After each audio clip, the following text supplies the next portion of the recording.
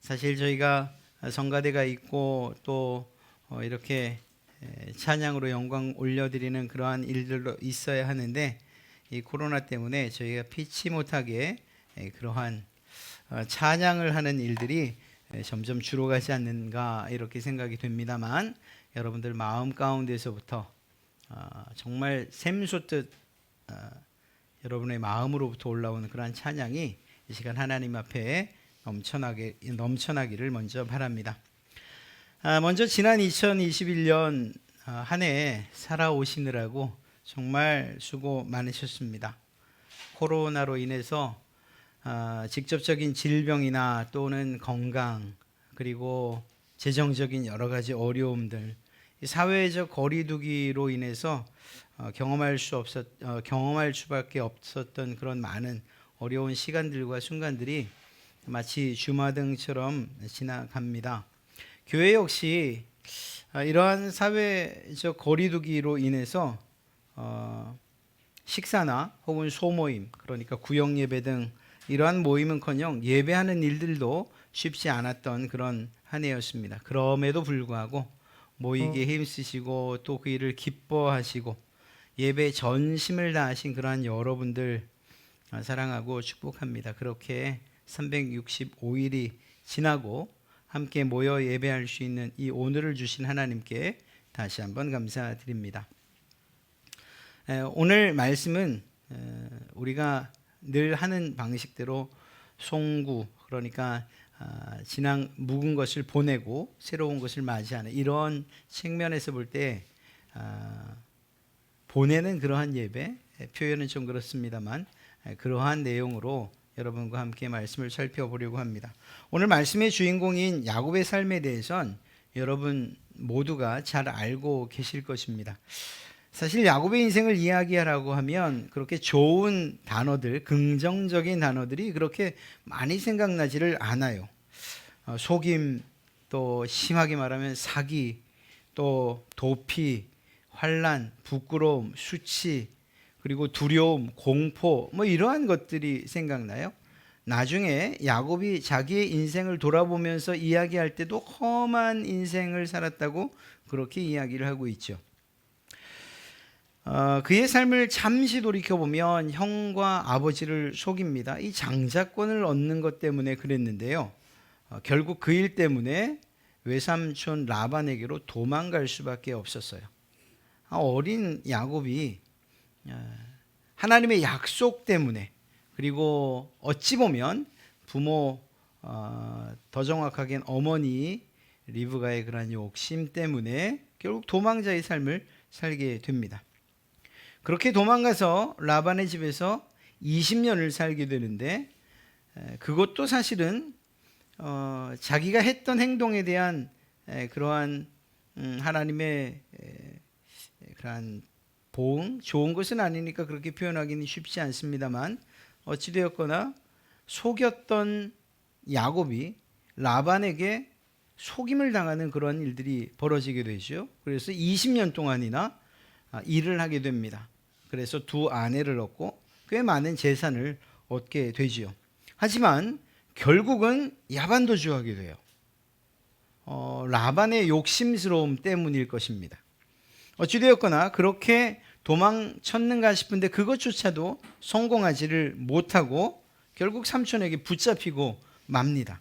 물론 하나님께서 이 상황을 모면할 수 있도록 도와주시죠. 그래서 무사히 떠날 수 있었습니다. 이것으로 끝이 났느냐? 아니에요. 곧이어서 야곱은 또 다른 걱정과 근심에 휩싸이게 됩니다. 그것은 바로 형 에서와의 만남이었습니다. 에서를 떠날 때 형과 아버지를, 그러니까 고향집을 떠날 때 그 헤어짐이 결코 좋지 못했지 않습니까? 에서가 무엇이라고 해요? 내가 반드시 그를 죽이리라. 자기 동생을 향해서 그렇게 이를 갈며 헤어졌던 그 날을 생각한다면 이 야곱이 두려워하는 것은 당연한 일일 것입니다. 얼마나 두려웠으면 자신의 가축뿐만 아니라 자기와 함께 동행한 사람들을, 그 무리를 나누었어요. 그래서 먼저 앞서 보내고 여차하면 자기만이라도 도망갈 그러한 심산이었던 것 같습니다. 브니엘에서 기도의 응답을 하나님께서 해 주십니다. 그래서 다행히 형 에서의 문제도 잘 해결이 됩니다. 가만 보면 하나님께서 그 위기의 순간순간마다 개입하시는 것을 우리는 보게 되죠.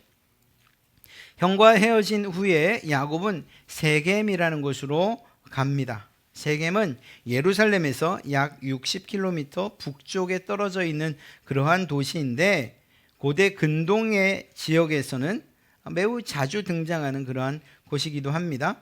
가나안 땅의 심장부에 위치해 있고 또 나름 비옥하고 농업과 목축업이 꽤 발달해 있는 그러한 곳이에요. 놀랍게도 이 세겜 지역은 하나님께서 야곱의 조상들과 하셨던 약속의 땅이기도 하고 또 그들에게 허락하신 땅이지요. 그러니까 세겜으로 간 것 자체가 잘못되지는 않았습니다만 세겜에 가서 아주 큰 일을 만나게 됩니다. 세겜성 족장이던 그 족장의 아들인 바로 세겜이 마을 구경을 하러 나왔던 야곱의 딸 디나를 성폭행한 거죠.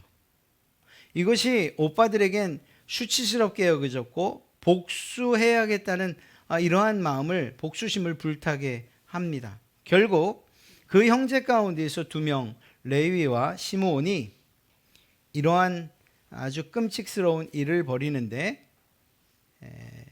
작전을 짜서 즉 내 동생을 자네의 아내로 줄 테니까 조건이 있네. 그것이 무엇이었습니까? 우리는 할례 받지 않은 사람들에게 이 여자를 시집 보내질 않으니 할례를 하시게 해서 할례를 권하고 할례한 이후 가장 고통스러워하는 3일째 되던 날 그 성읍에 있는 모든 남자들을 다 살해한 것입니다.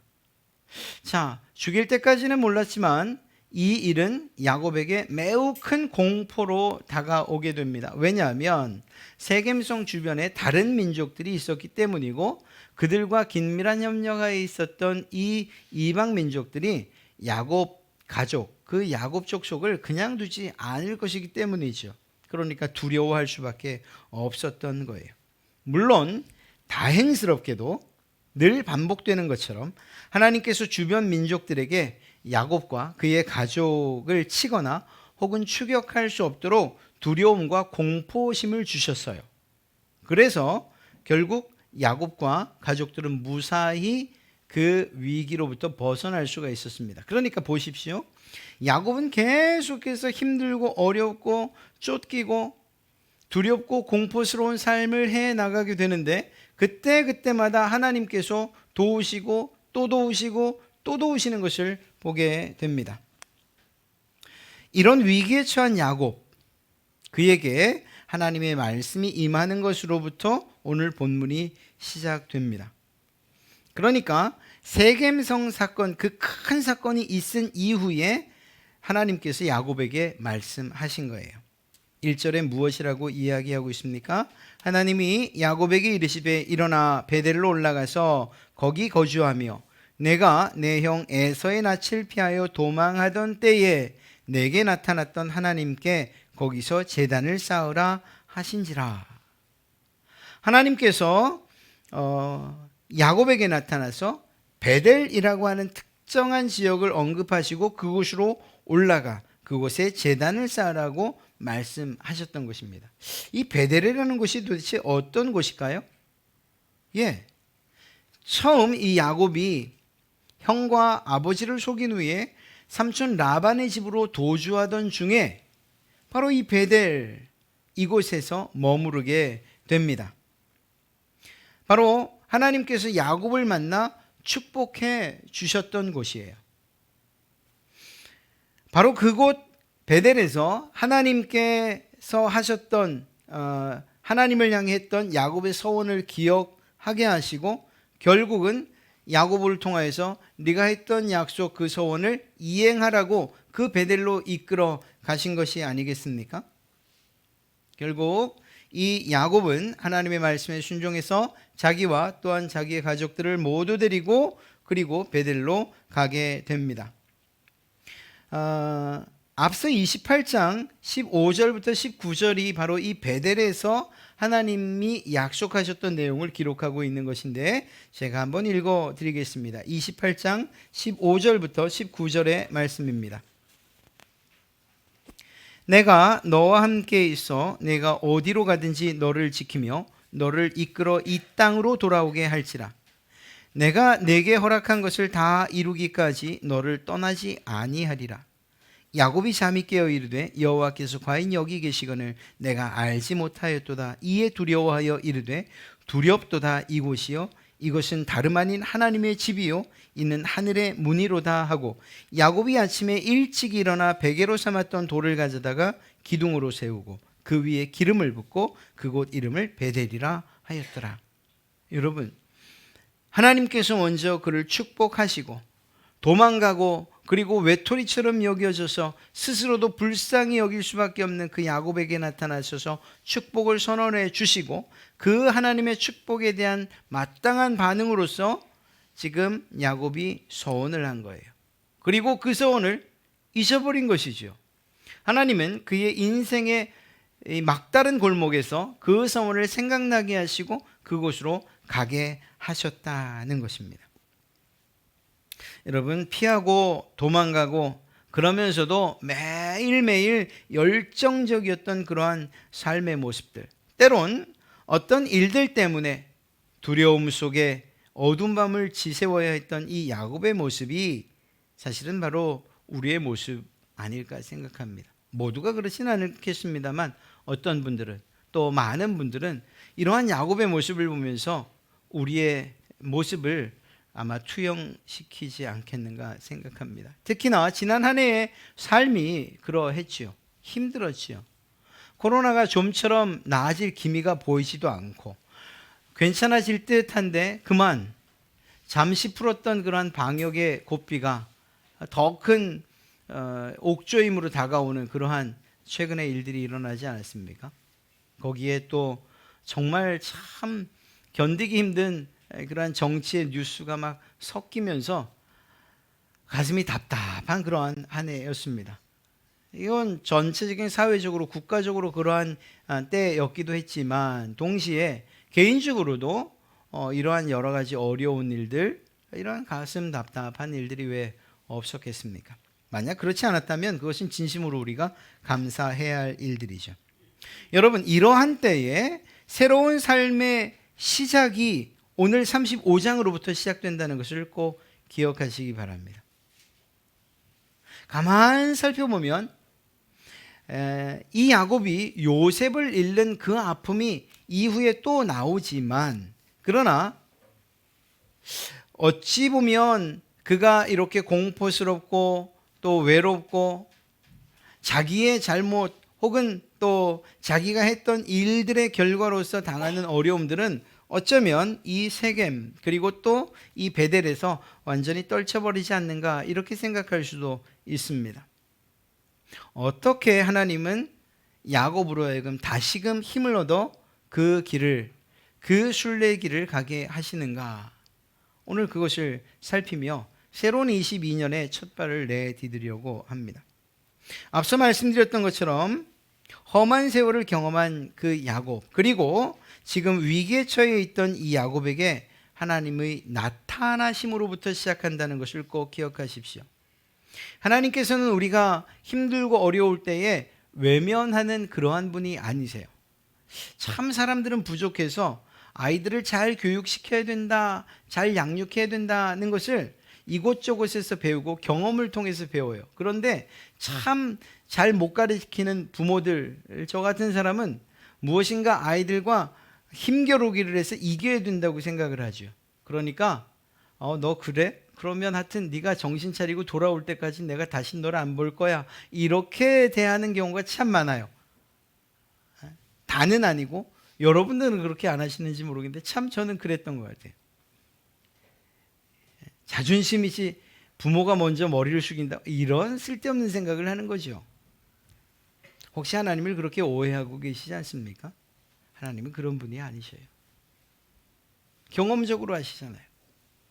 우리가 정말 힘들어서 하나님께 그런 마음이 없이 하나님께 순종해야 된다는 것도 알고 어떻게 예배해야 된다는 것도 알고 그 하나님을 어떻게 사랑해야 된다는 것도 알면서 막 속아 힘겨루기를 하는 것처럼 버티는 그러한 우리들의 모습을 치근히 여기시고 불쌍히 여기시고 그래서 먼저 다가오시는 하나님이심을 꼭 기억하십시오.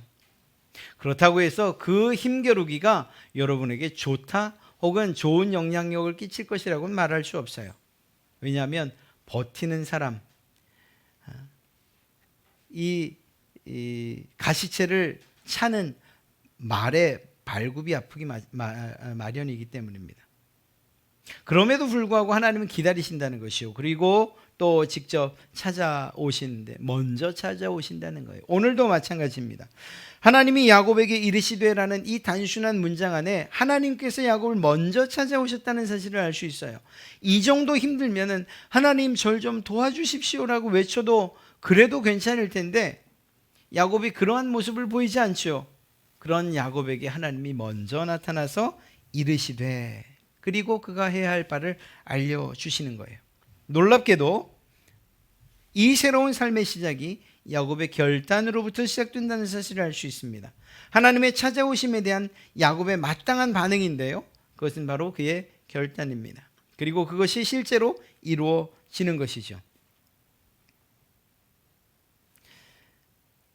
이 베델을 이야기하신 이유가 무엇일까 생각해 보면 왜 그곳을 특정하셨을까? 사실은 지금 당하고 있는 이 야곱의 모습이 예전 형 에서에게 쫓기던 그때의 모습과 별반 다르지 않기 때문이에요. 그때의 위급함이나 그때의 절박함이나 그때의 두려움과 공포와 별반 다르지 않기 때문인 거예요. 그러한 때를 다시 한번 상기시키시면서 하나님은 야곱에게 나타나셔서 그때 베푸셨던 은혜와 그때 베푸셨던 이 언약을 다시금 기억하게 하신 것입니다.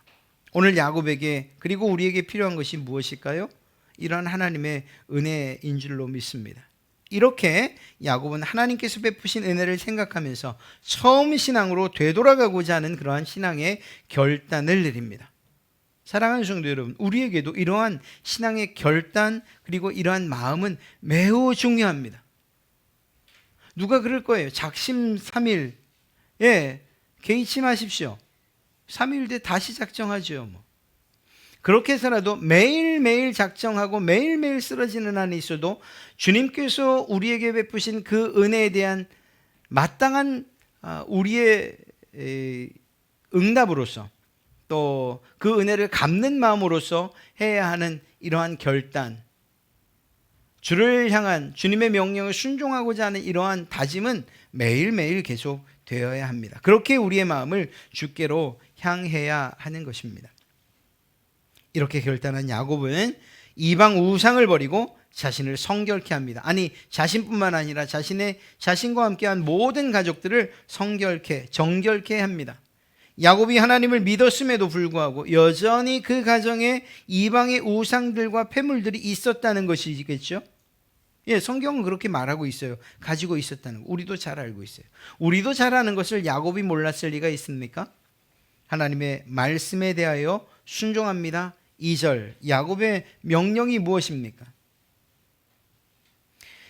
너희 중에 있는 이방 신상들을 버리고 자신을 정결하게 하고 너희들의 의복을 바꿔 입으라. 이것이 야곱이 자신의 가족과 함께한 자들에게 한 명령이었습니다.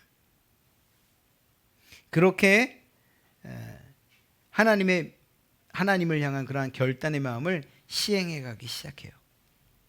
여러분, 신상을 버리고 의복을 바꿔 입는 이유가 무엇일까요?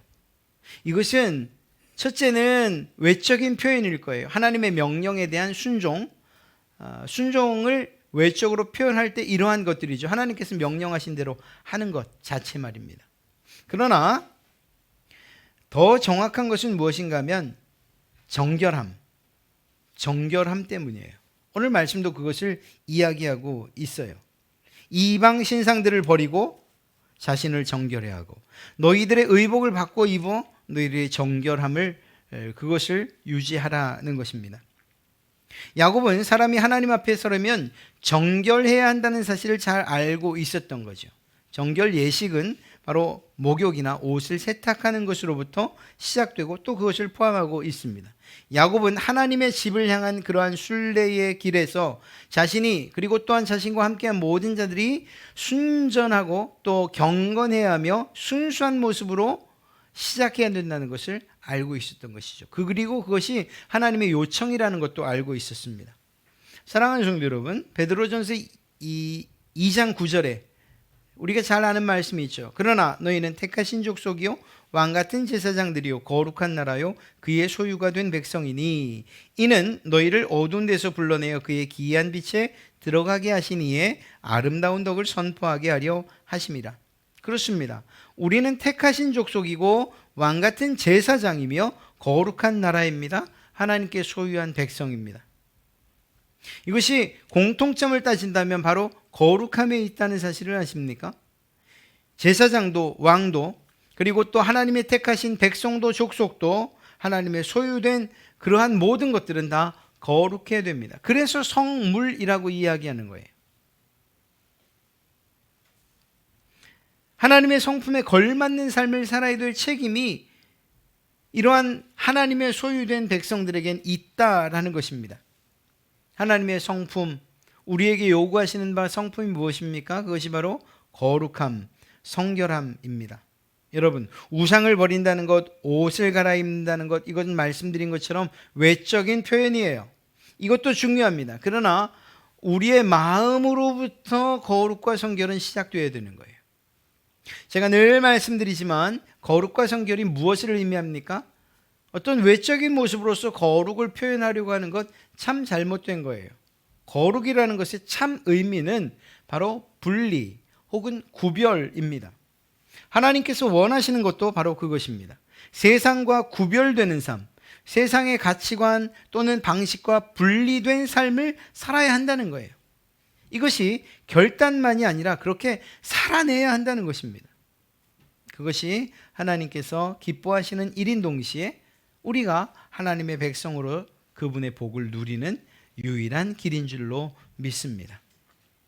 14절 말씀을 보면 야곱이 하나님이 자기와 말씀하시던 곳에 기둥 곧 돌기둥을 세우고 그 위에 전제물을 붓고 그 위에 기름을 붓고 하나님이 자기의 말씀하시던 곳의 이름을 베델이라 불렀더라. 이렇게 결단을 하고 그리고 자신을 거룩하게 구별한 야곱과 그의 일행이 어디로 갑니까? 명령하신 바 베델로 가요. 그리고 그곳에서 무엇을 합니까? 단을 쌓습니다. 야곱이 과거 라반에게서 떠날 때 그에게 임하셨던 그 하나님을 기념하면서 제단을 엘베델이라고 불러요. 엘베델이 무슨 뜻입니까? 베델의 하나님이라는 뜻이에요. 예전에 나의 어려움을 아셨던 하나님, 나에게 약속해 주셨던 하나님, 내가 그 자리에 지금 다시 나왔습니다. 그 은혜의 자리로 다시 나왔습니다. 바로 그러한 의미를 담고 있는 거죠. 하나님에게 드디어 도움을 요청하고 있는 것이고 하나님은 약속하신 바를 이루어 주시는 거예요. 무엇보다 그때 형에게 쫓기던 그때에 서원했던 바를 이제는 제가 지키고자 나왔습니다 라고 하는 이러한 맹세를 하나님과 한 약속을 지키고자 이 자리에 돌아온 거예요. 사랑하는 성도 여러분, 필연적으로 성도는 예배자여야 합니다. 우리 성도로서 그리스도인으로서의 정체성을 드러내주는 가장 외적인 표현은 바로 이 예배입니다. 삶의 험한 여정으로부터 잠시 예배의 자리를 떠날 수는 있어요. 아니, 잠시 잊을 수도 있어요. 그러나 하나님과의 관계 회복, 관계가 정말 잘 이루어지고 있다는 이때의 절정에는 항상 예배가 있다는 것을 꼭 기억하시기 바랍니다. 우리는 지금 한 해를 마감하는 이 시간의 자리에 서 있습니다. 잠시 후면 새로운 한 해를 시작할 것이고 그 시작의 자리가 예배의 자리인 것, 이 얼마나 감사한 일인지 알 수 없어요. 잊지 마십시오. 우리의 신앙은 단순한 지적인 깨달음, 이러한 결단, 의지만 가지고 되는 것이 아니에요. 또한 이 마음에 이제는 내가 다짐하겠다. 이제는 내게 하나님의 주신 바 감동이 너무나도 차고 넘친다. 마음이 뜨겁다. 이러한 것만으로도 완성되지 않습니다. 우리의 신앙은 실제적인 삶의 변화를 요구하고 있다는 것을 꼭 기억하시기를 주님의 이름으로 축복합니다. 오늘 말씀처럼 하나님의 약속과 축복의 수혜자가 되기를 원하신다면, 그것을 우리의 것으로, 내 것으로 받기를 원하신다면, 오늘 야곱의 이러한 모습들을 잘 생각하면서 결단과 아울러 거룩과 성결의 삶을 살아가야 할 줄로 믿습니다. 또한 우리가 선 이 자리가 예배의 자리가 되기를 소원합니다. 참된 예배자, 영과 진리로 예배하는 그러한 예배자, 이곳 교회에서뿐만 아니라 세상에서 그리스도의 영광의 빛을 밝히 비추는 그러한 예배자의 삶을 살아내시는 그러한 여러분 되시기를 주님의 이름으로 다시 한번 축복합니다. 힘들고 지친 일들, 그리고 우리를 정말 우리의 바짓가랑이를 붙잡고 우리의 발걸음들을 멈추게 했던 여러 가지 것들, 그것이 정말 물질에 관한 것이든지 혹은 사람들과의 관계이든지 자녀이든지 때론 부모이든지 때론 직장이든 사업장이든 그것이 무엇이든지 간에 우리가 한 해를 넘는 이 문턱에 다 내려놓고 가십시오. 그리고 새로이 시작하십시오. 주님을 향한 새로운 결단과 그리고 그분께서 명령하시는 바 구별과 또한 분리의 거룩의 삶을 마음속에 깊이 새기시고 그렇게 살아가고, 또 그것이 예배 현장에서 가장 아름답게 꽃 피워지기를 바랍니다. 그렇게 사실 때 다음 2022년도 하나님의 은혜 가운데 그분의 베푸시는 그러한 축복 가운데 우리의 삶을 살게 될 줄로 믿습니다.